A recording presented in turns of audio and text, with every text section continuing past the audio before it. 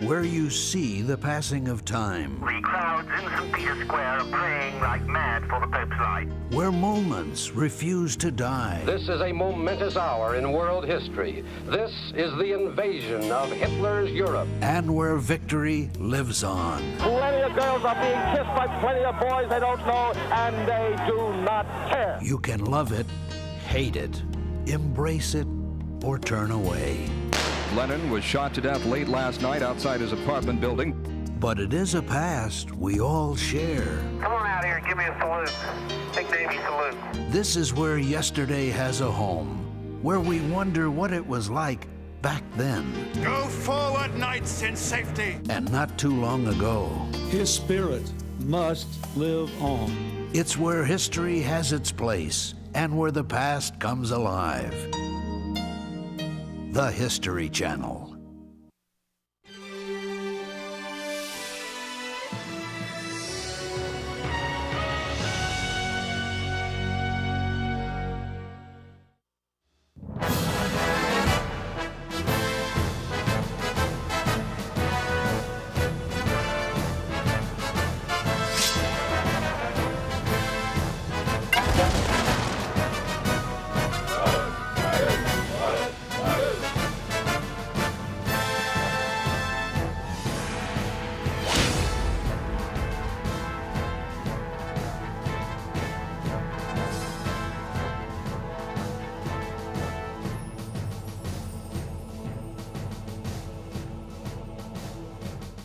This was the guy that controlled the fate of all those guys, the foot soldiers of the French army. His followers bowed to him as a god. His enemies mocked him as the little Corsican. And he had the audacity to crown himself not king, but emperor. You go, guy. But everyone agreed Napoleon made things happen. He turned the young men of Europe into pieces on a chessboard and came this close to world conquest. Stand up! Right ready! Right ready! Present! The Napoleonic Wars lasted nearly 20 years, and everybody got into the act. From 1797 until 1814, Napoleon and his army marched from one end of Europe to another, always eager to pick a fight. And these boys weren't squaring off with spears, swords, or crossbows of days gone by. They were using firearms, high-powered muskets, which took the hand-to-hand out of combat. At the center of the action was the diminutive Napoleon. What he lacked in stature, he more than made up for in attitude. Napoleon was a neighborhood bully, and Europe was his turf. However, it was his homeboys, the foot soldiers, who did his dirty work.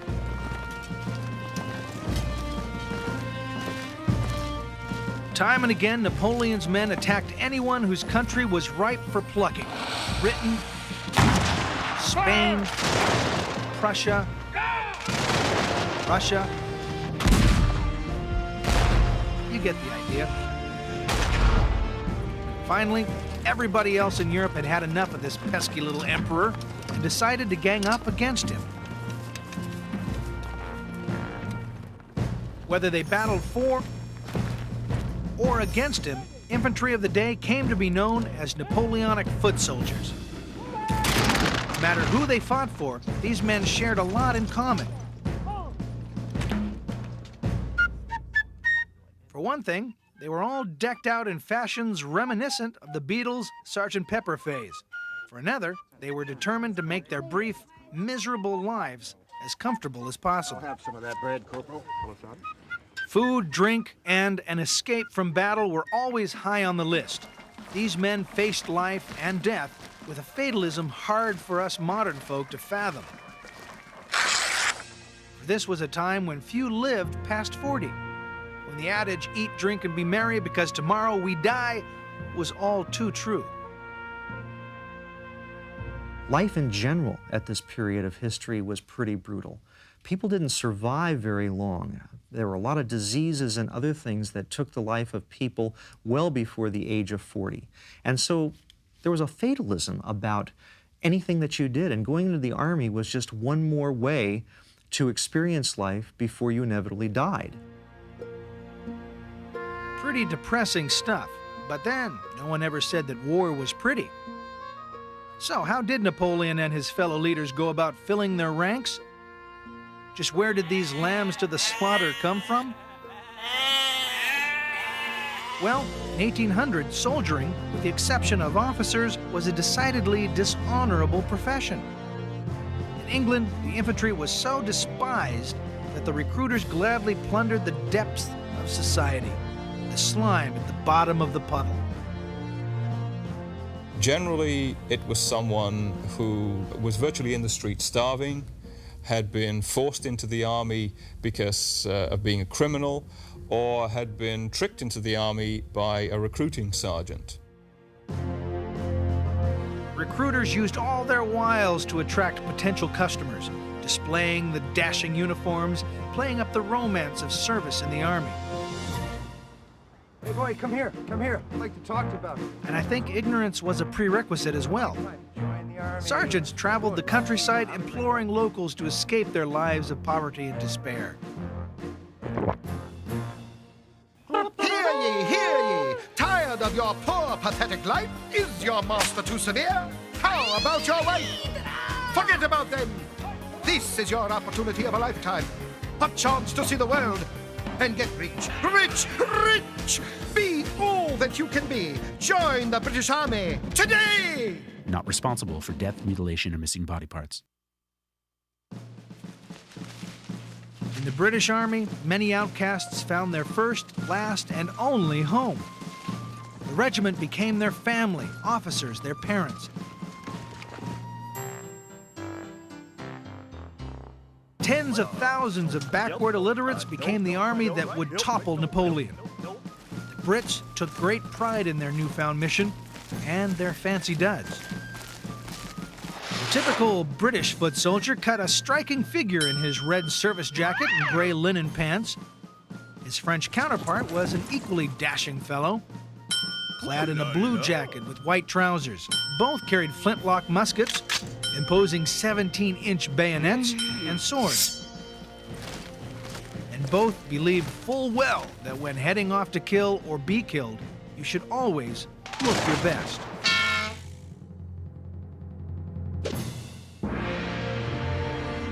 The French, in contrast to the British, hailed their leader's call. Napoleon's magnetic personality and his system of mandatory conscription kept the ranks filled. He would tweak men's ears, believe it or not, and this was considered a great compliment, and they would march proudly to their deaths. Soldier, statesman, and icon, Napoleon inspired equal parts fear and love. Ordinary French soldiers of line regiments would die shouting the words "Vive l'Empereur," long live the Emperor. They felt a great pride in being French, in being able to give their lives for Greater France and the Empire, but more particularly for the Emperor in person. Frenchmen fought for their emperor and for themselves. For the first time in history, foot soldiers could rise through the ranks on merit. Bravery was rewarded, and sucking up was an art form. This was a career with real opportunity for advancement, if you could stay alive. It was said during the period of the Empire that every drummer boy carried a marshal's baton in his knapsack. Actually, this was true in at least one case. Marshal Victor had been a drummer boy during the Revolution and rose to the rank of marshal. He wasn't one of the great marshals, but he nonetheless did it. And it was great propaganda. From London to Moscow, ordinary recruits were soldiers for life. British enlistment was for 21 years. It was a regular sight to see wildly weeping women embracing their brave young men as they headed off into the unknown as new recruits. Now, the soldier boys loved all the feminine attention, which was a good thing, since most of them would die without ever seeing their childhood sweethearts again. The Russians, being realists, celebrated the soon-to-be dear departed with a blowout wake. They would give him a party when he was ready to leave because his family and everybody around there knew that this guy is not coming back. They were never going to see him again. This was the equivalent of giving him like a funeral wake. A soldier's days were numbered, but they were also filled with adventures. Instead of passing a lifetime baling hay and shoveling horse manure, he could travel the continent guzzling wine in Rome or sipping hot cocoa in Moscow. Some of Napoleon's men even got to gaze up at the Egyptian pyramids.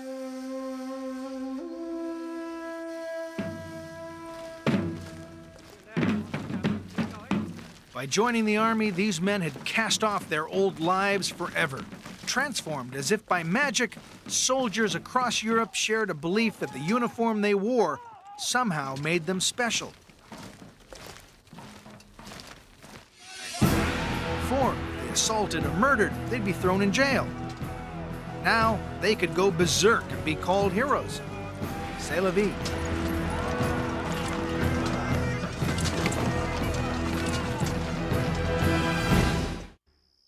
What did it take to fight for Napoleon? Well, you try marching from Paris to Moscow without roads. The French like to say, our emperor makes war not with our arms, but with our legs. And they had a point. These were boys who would have made the Energizer Bunny look like a lightweight. Never was the term foot soldier more accurate.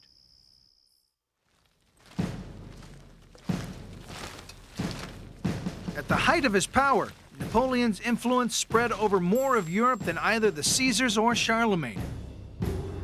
He envisioned a unified continent under one man's leadership, his own. And the men carrying out his lofty dreams, his trusty foot soldiers. Napoleon was notorious for pushing his men to the breaking point and beyond.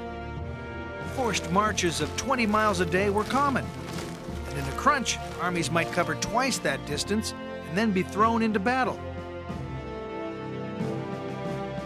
They gave all they had and then dropped from utter exhaustion.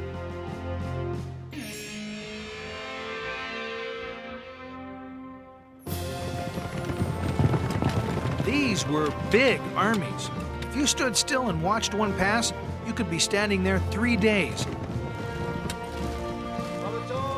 They passed through many exotic places. The strangeness of the surroundings united them. Nobody wanted to be alone in a foreign land, and officers were not above using the old carrot and stick to motivate their marchers. One way to keep them going for the rapid marches is if you don't have time to forage, there were usually some what they called iron rations.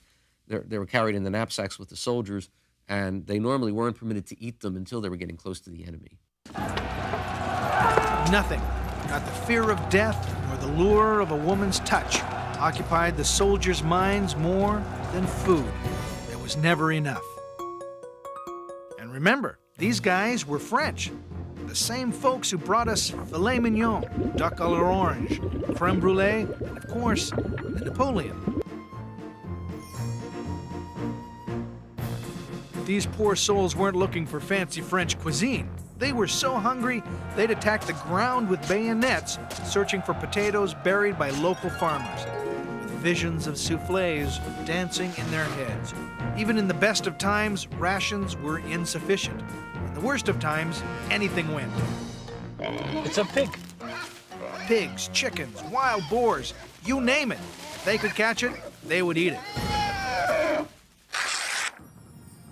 Every farmer in Europe learned that the French soldier would steal from you. The British soldier, on the other hand, would buy from you. Eventually, this gave the Brits a big edge. Even French farmers hid foodstuffs from their fellow countrymen, saving them for paying customers. Poor Frenchman often had to fend for himself. Something we take for granted today is that every soldier gets a canteen, like this one that the British soldier would be issued. And most armies issued a canteen, but not in the French army.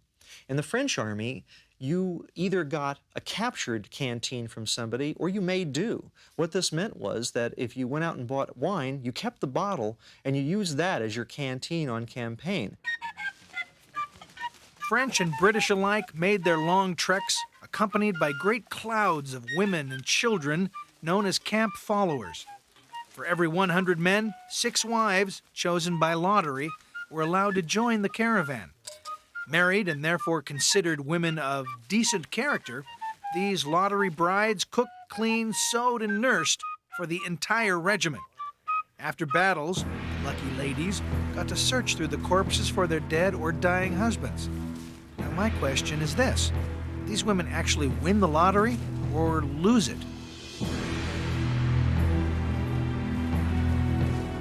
The war was extremely difficult on the women, equally with the men, because they could be killed, they could be injured, they often had no pay, they had to be supported by the men, and this meant that if a woman lost her husband while she was on campaign, she had to get married almost immediately. And it wasn't unusual for a woman to be married 4 or 5 times on a campaign because both the men wanted it and the women had to have it. And, as throughout history, hordes of less reputable women latched on to the armies. Although prostitution was officially discouraged, French regulations prohibited so-called daughters of joy, whoring was considered a soldier's privilege. It was one thing to ask a man to give his life without a moment's thought. It was quite another to expect him to forego feminine companionship. Cultures and societies back during this time were less puritanical than they are today. In other words, the idea of prostitutes and the men being able to use women while on campaign was not considered bad. In fact, it was even encouraged. They'd set up brothels sometimes just so that the men had access to this kind of activity. So last, you're here to sell your wares? Only the best. Yet a third group of women also pursued the armies, so-called canteen girls. These folks were much more like sales clerk than prostitutes, peddling everything from old liquor to new clothes. Many showed remarkable courage, taking up guns or even cannons against the enemy. One plucky French girl risked her life for a general wounded behind British lines. So the canteen girl says, well, let's see if the British will shoot a woman. And she gets in her buggy and then starts driving between the lines, and nobody took a shot at her. The British let her in. She got and tended to the French general and took him back. On campaign, both men and women fantasized about women disguising themselves as men to secretly join the ranks. The men, of course, stirred at the prospect of a mysterious lass lurking close by, and women loved the idea of experiencing the passion of battle and the thrill of living amid hundreds of men. Or maybe they just grew tired of cooking and cleaning. It all sounds very romantic, of course, but what you have to remember is that these women could pass inspection looking like a man. So, you know, this is perhaps not quite as glamorous as first appears.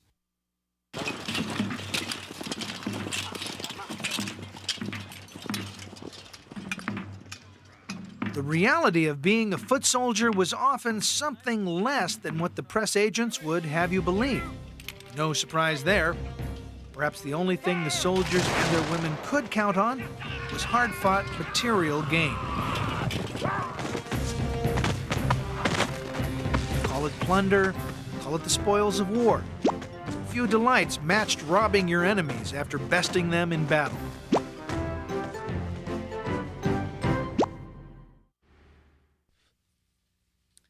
Pretty spiffy, huh? Only the Imperial Guard, the Emperor's favored few, got to wear this uniform. To join this exclusive club, you had to be 1, brave, and 2, tall enough to cut an impressive figure. Now let's take a look at this more closely. Napoleon was about 5 feet 5 inches tall. The Imperial Guards had to be 1.90 meters. That's just under 6 feet. Now what's going on here? Perhaps this is what's meant by the Napoleon complex. Smart commanders knew that men fought better if they were clothed, fed, and inspired. Simple rewards, a medal of commendation, the chance to wear an especially flashy uniform kept morale high. Love and adoration from the masses wasn't bad either. Victorious armies strutted their stuff down the city streets like Tony in Saturday Night Fever. In war, losers are bums.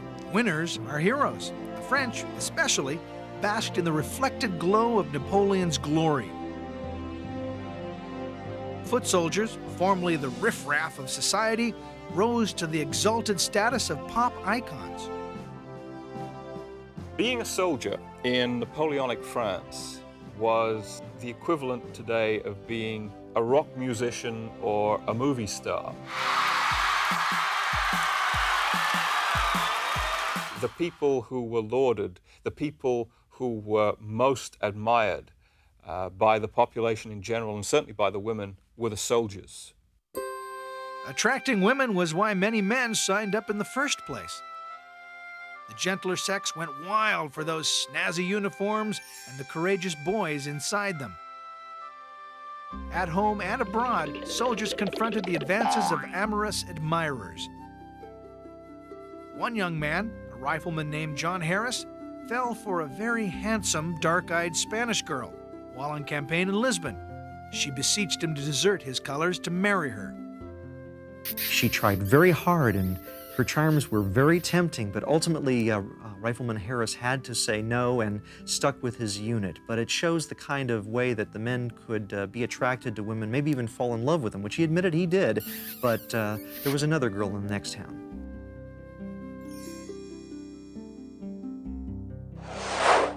Rifleman Harris described his final farewell with his Spanish señorita. As our bugles struck up, she waved her handkerchief. I returned the salute, and in half an hour, had forgotten all about her. So much for a soldier's love. Being a soldier also meant sharing common bonds with other soldiers across Europe, such as heavy drinking. In 1807, French and Russian troops went arm in arm to the signing of a peace treaty, and then, arm in arm, drank themselves silly until dawn.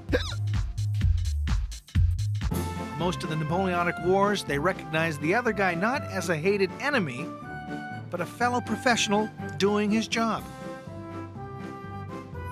When the men weren't actually fighting a battle, they saw little point to shoot at each other.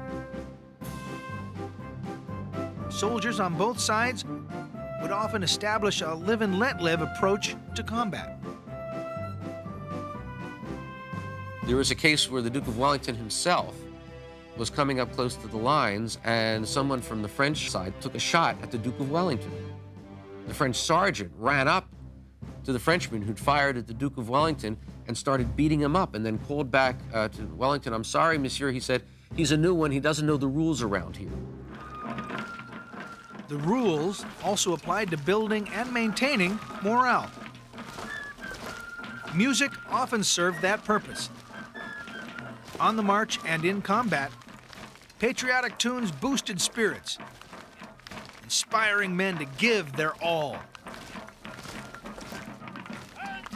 In one battle, Napoleon applied the principle of overwhelming force of musicians. They had assembled a mass group of bands from all the different regiments. 200 bands that gathered together that were going to play as the Guard went into the last attack against the tired, exhausted Prussians who were just on the ropes. And as the advance started, these 200 bands began to play, and the effect on the French was so tremendous that it just helped them surge through and break the Prussian line and win the battle. Like an advertising wizard on Madison Avenue, Napoleon told his men what they wanted and then gave it to them. He began the practice of awarding common soldiers medals for bravery, lots of medals. He staged seemingly impromptu ceremonies, taking a ribbon off his own chest to pin it on a courageous soul, anointing him Baron of the Empire.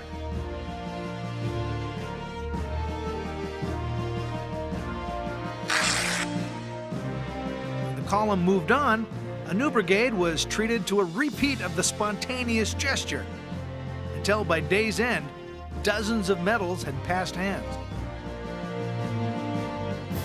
When an officer commented that the medals were merely baubles, Napoleon replied, "It is through such baubles that men are led." He pushed every button, from a childish desire for recognition to a mature yearning for honor. During one battle, he chastened a beaten regiment for leaving behind the body of their dead colonel. And Napoleon said to them, do you realize that you've dishonored yourselves by doing that? That a good regiment is always around their colonel, whether he is alive or dead. And the soldiers said, you're right, we're dishonored, we're going to recapture the body of our colonel. Vive l'Empereur, off they go, they charge in, and they take the town. Napoleon is watching this, and then he turns to his chief of staff, Marshal Berthier, and he says, you know, I really didn't care about the body of the colonel, but what I really wanted to do was retake that town. Inspired by their leader, gullible Frenchmen figured it was a win-win kind of situation. Either they achieved a thrilling victory,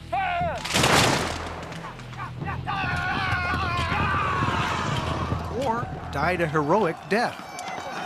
Right one in the guts, all right, coming in now.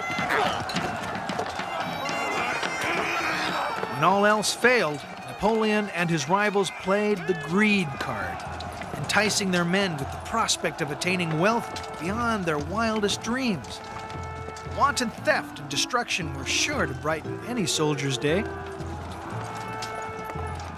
Looting and pillaging after a battle, or even when there was no battle and you were in enemy territory, was officially frowned upon most of the time, but depending on the circumstances, some of the officers might look the other way simply because it was an outlet for the men. It wasn't pretty, it wasn't nice, but if they'd been in combat, if they'd been under hardship, if they're hungry, if they're really still angry, this is the best way they could let them blow off steam, was to maybe even destroy the town that they had just captured.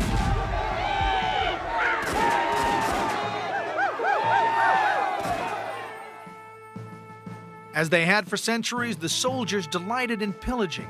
They were worse than rock stars in a hotel room. But the Napoleonic foot soldier truly lived for battle. Men would straggle along on empty stomachs, tears in their eyes from hardships of the march, without even shoes on their bleeding feet. Yet those same men would rouse themselves when word arrived that the enemy was at hand.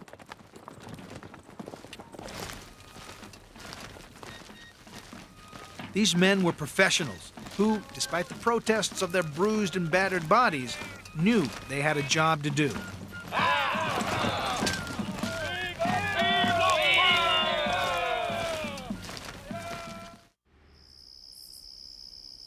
These old muskets could be downright dangerous for their owners. They had a nasty kickback that discouraged guys from sighting too closely. But it didn't really matter where they aimed. These things couldn't hit the broadside of a brothel. Or even a barn. Shots hit the ground or a treetop more often than enemy soldiers.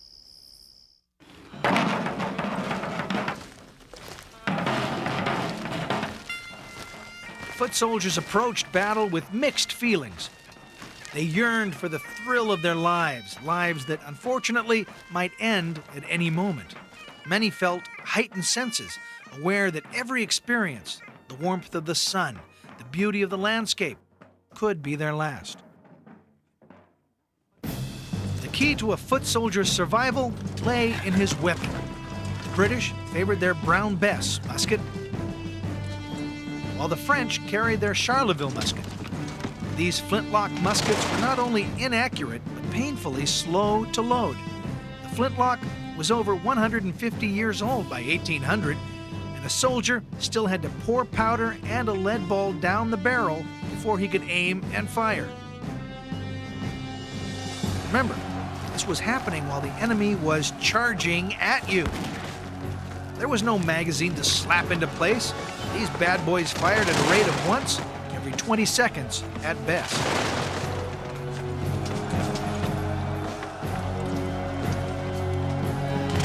Living in an age when death was a constant companion, men acquired a highly developed sense of fatalism. A good thing for a soldier to have. Fatalism reduces fear, and fear loses battles. People during the 18th century, and certainly the beginning of the 19th century, were very, very conscious of their own mortality. And during the Napoleonic Wars in particular, every soldier lived with the certain knowledge that he was going to die and the high probability that he was going to die very soon. Military tacticians of the day devised complex battlefield maneuvers, in part to distract men's minds from what lay ahead.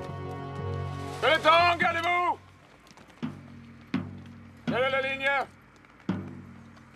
Peloton, au pas, en avant, marche! Quel est le rang? Officers sang out orders, triggering thousands to move in lockstep, heading towards almost certain death. Boy, and you thought your job was rough.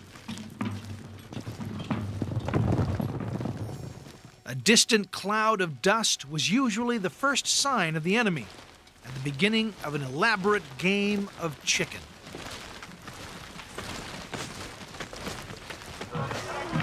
Long formations marched towards each other. Uniforms pressed and polished. Bayonets glittering in the sun. The more imposing your guys looked, the greater the chance of intimidating the enemy.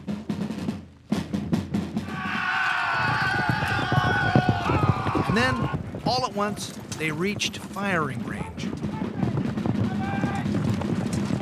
The weapon is brought to the present, which of course for a musket is towards the enemy. To full cock, and bang. We then have, as you probably saw, some sparks that are struck by the flint on the frizzen. These sparks fall into the pan. It ignites the powder. That powder explodes in the barrel, and a lead ball weighing 1 ounce flies down the field. More precisely, thousands of lead balls flew down the field. Thanks to imprecise weapons and nervous men, most shots were wildly, even comically, inaccurate. Only about 1 in 1,000 struck human flesh. Whose flesh was a matter of random bad luck. Because the muskets would often foul or not fire, you'd have men not able to use their muskets properly, and they wouldn't even know it because of the noise and the confusion. Occasionally, they would become so confused that they would actually shoot from the rear rank somebody in the front rank. Although, someone did speculate once that a very unpopular sergeant might have to watch his back in a line because it might not have been an accident. After just a few rounds, the muskets became too hot to handle, forcing the men to improvise. There were some unusual measures taken under battlefield conditions when this happened, and there's at least one known case of French troops during the Battle of Marengo urinating down their barrels to cool them off. That technique also ensured that no one asked to borrow your gun. To avoid enemy fire, men took to sliding their heads beneath their shoulders, a practice described by a newly coined word, ducking. Even amid the confusion and fear, foot soldiers stuck together as one fighting machine. They knew that their best hope for survival lay in playing follow the leader. You would fire as per orders. You would not think about it. You would do it as an automaton. You would have drilled and drilled and drilled. Because one thing you couldn't do was be a lone wolf in a Napoleonic battle. The standard strategy called for softening up an enemy with bullets and cannonballs and then making a decisive charge. Attackers advanced shoulder to shoulder, just 22 inches allotted for each man in the line. Horses, with more common sense than men, refused to ride into tight lines of bayonets. One army charged, the other waited, motionless. In this mind game, the psychological edge went first to the attackers. But if the defenders held their ground and withheld their fire, the psychological advantage turned to them. The British Army was renowned for its coolness in the face of a charge. Up and down the line, officers restrained their men with commands of "Steady, lads, steady, show no hurry." By holding their bullets and their emotions in check, the British intimidated their foes. At the last possible instant, they gave 3 cheers for the king and fired a devastating blast right in their faces.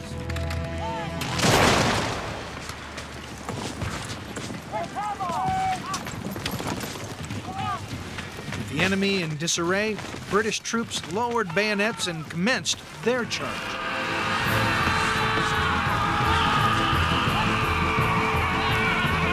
We tend to confuse bayonet fighting with the bayonet charge. The bayonet is a psychological weapon. It's not a weapon that achieves its goal through actual use.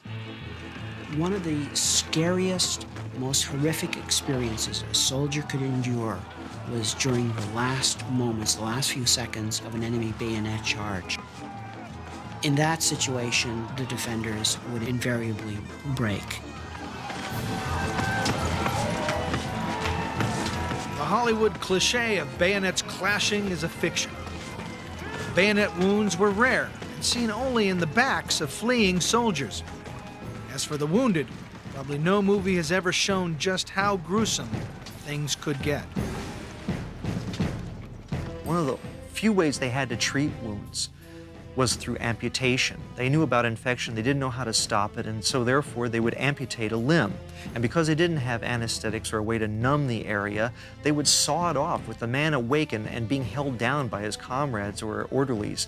And the limbs would just pile up by the tables. And this sort of thing went on in field hospitals almost after every battle. It was a horrible, horrible situation. Those who fell in battle generally surrendered their dignity along with their lives. Not only other camp followers, but all the poor people, etc., in the area would come over and literally strip the dead bodies of everything. They take the clothes, the works. Surrounded by violent death, the soldiers took pleasure in gallows humor. Even at the bloodiest of times, perhaps especially at the bloodiest of times, they grabbed any chance for laughter. Right at the end of a battle, when the field is strewn with dead and wounded and men groaning and screaming, a British officer rode by this one line of men yelling, "A guinea for my wig." He had apparently lost his wig, and he wanted them to go looking for it for him. And of course, the men found this enormously amusing and started repeating it up and down the line. And here they are in the middle of this carnage with something that you would think would be appalling, but they found it very humorous. By 1812, roughly 1 million men had died for Napoleon. His veterans had experienced 15 years of the thrills and terrors of their unique profession. But nothing could prepare them for the determination of the Russian soldier or the cruelty of the Russian winter.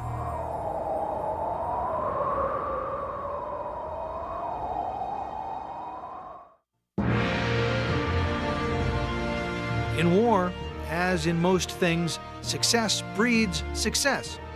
For years, Napoleon's armies triumphantly expanded his empire. His carefully cultivated image of invincibility had created its own reality. Wellington once said that the presence of Napoleon on the battlefield was worth 30,000 men, and I don't think he was exaggerating. The French got a tremendous morale boost out of knowing that the emperor was with them and directing them because they knew he was a winner. Having Napoleon at the helm was sort of like having Michael Jordan in your backcourt. You knew you'd always come out on top. But like celebrities before and since, Napoleon let his own press releases go to his head. he began to believe that he couldn't lose. When he invaded Spain in 1808, he triggered an all-out people's war to defend their homeland. The old rules of warfare no longer applied. The French were viewed as not only invaders, but representatives of the Antichrist. And it became the duty of every peasant, every woman, every child to oppose the French. You really couldn't be billeted on the local population because they'd slit your throats. You had to be on guard all the time. It got so bad that French soldiers had to forgo the local señoritas. Too many were driving knives into their ribs. Every few minutes, a Frenchman died somewhere in Spain, and not of natural causes. Frantic for a way out, French soldiers began shooting themselves to escape further service.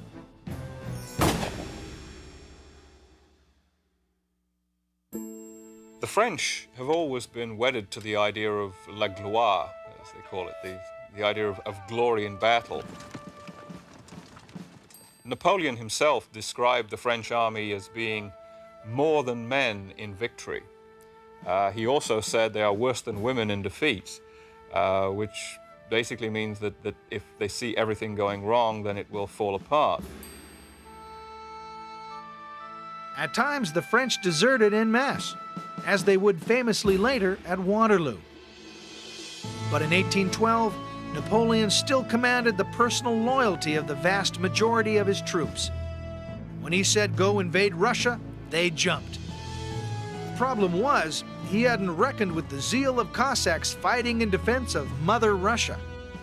The French army soon learned the truth of the saying, it is easier to kill 6 Russians than to conquer 1.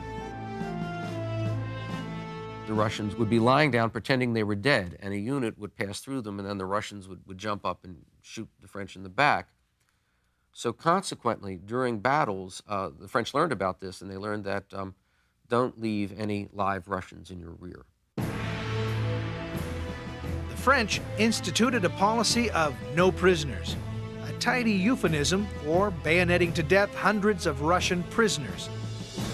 Undaunted, the Russians made any and every sacrifice in order to gain a tactical edge. When forced to retreat, they reduced the countryside to an ash heap, burning crops, grain, dwellings, anything that might aid the French. Whole villages were set aflame. Finally, they shocked the world by destroying their own largest city, rather than have it fall to Napoleon.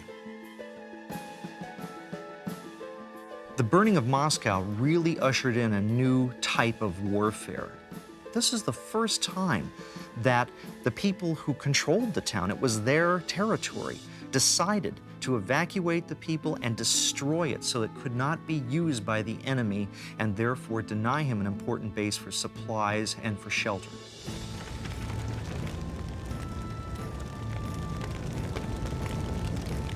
It was a 20th century idea ahead of its time. Total war. With supplies denied them, the French found themselves deep in Russia in the dead of winter with nothing to eat. Napoleon finally ordered a retreat and escaped, but it was too late for his army. They were starving and freezing to death. When people had got really cold during the day and then got warmed at a fire at night, they tended to die. It was as if you could keep your body temperature constant rather than it going really low and then going up and then going low again. You could survive. French soldiers, proud heirs to the finest cuisine on earth, begged for food you wouldn't find in any respectable French restaurant. Pieces of raw horse flesh. They would rip into freshly killed horses all raw, not even cooked.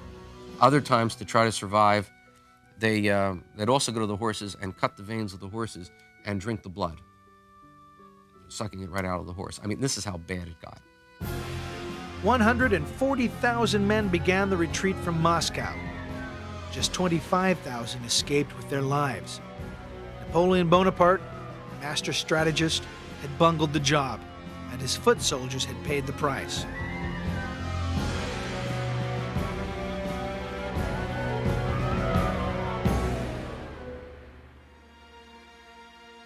The retreat from Moscow broke the spirit of the French army.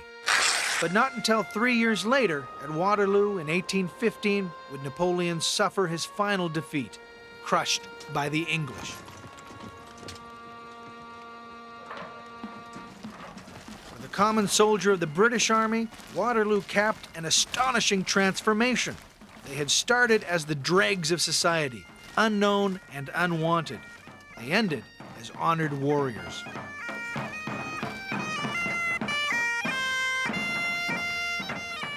People could be forgiven of almost anything if they had fought at Waterloo. Sometimes ex-soldiers would get into trouble, but if they could show a Waterloo medal, they could usually be very, very leniently treated. In fact, there was a little doggerel poem in England at the time that went, "Have you been at Waterloo? I have been at Waterloo. 'Tis no matter what you do, if you've been at Waterloo."